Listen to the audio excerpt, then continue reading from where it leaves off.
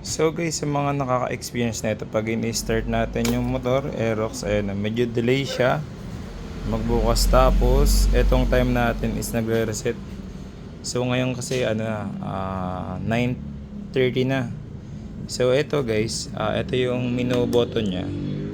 Yan, kiklik nyo to para ma-reset. So malalaman natin yan kapag may problema tong menu button niya. Kaya lipat natin. Wait lang. Ayan. Di natin. So ayan. Click natin kung anong oras ngayon. Kunwari 9:30. Next. Di natin. Ayan. 9:30. Pindutin nyo lang to guys. Menu button. So antayin natin mag 9:30. Ayan. So okay na guys yung oras natin, no. So kapag pinatay natin to guys, pag bumalik pa rin sa 0 to, so may doon na natin hanapin yung sakit niya or yung trouble niya, no. Yan, 9:30 Yan. So yan, medyo na-delay na naman. So bumalik na naman siya sa 0. So bubuksan natin yung compartment guys.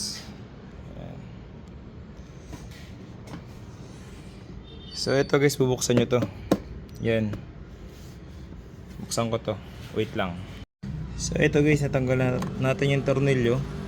So ito guys, kakatanggal ko lang ng Y-connect nya para hindi masira yung battery. So ito guys, kapag bumabalik sa 1 tapos yung may panel gauge nyo na nagde-delay, bubunutin nyo itong 7.5 na to.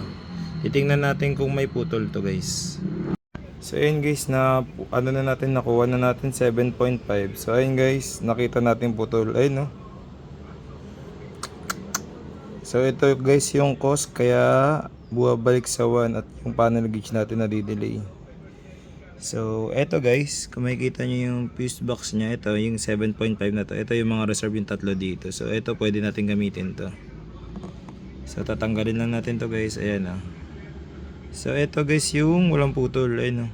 Kitang kita. Compare dito guys. Ayun, oh. Putol na siya. Yan. So tatry natin to guys yung hindi putol. Ito, ayun, oh. Walang putol. So tatry natin siya guys na paganahin. Tusok lang natin to. Yan. So balik tayo dito. Yun guys, oh. Kita nyo yun. Ayan, oh. Ayan, sumasabay na siya. So re-reset natin siya ulit. Balik natin sa 9. Di natin ulit. Yan, para lumipat dito. Siguro yan, pindutin nyo na yan guys. 9:35 na, 9:35.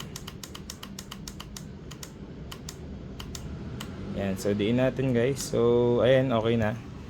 Re-reset natin, papatay natin ulit. Titingnan natin kung babalik pa siya.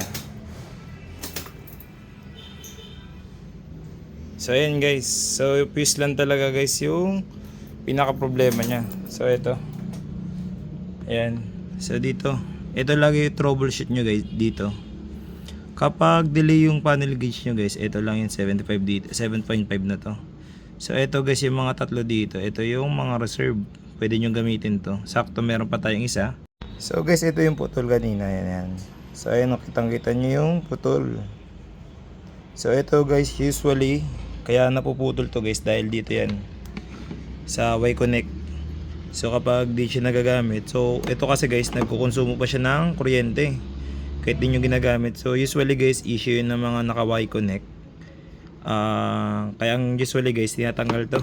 Yan, binubunot para hindi ma-drain yung battery natin. So yun lang guys for today's video. Sana may matutunan kayo.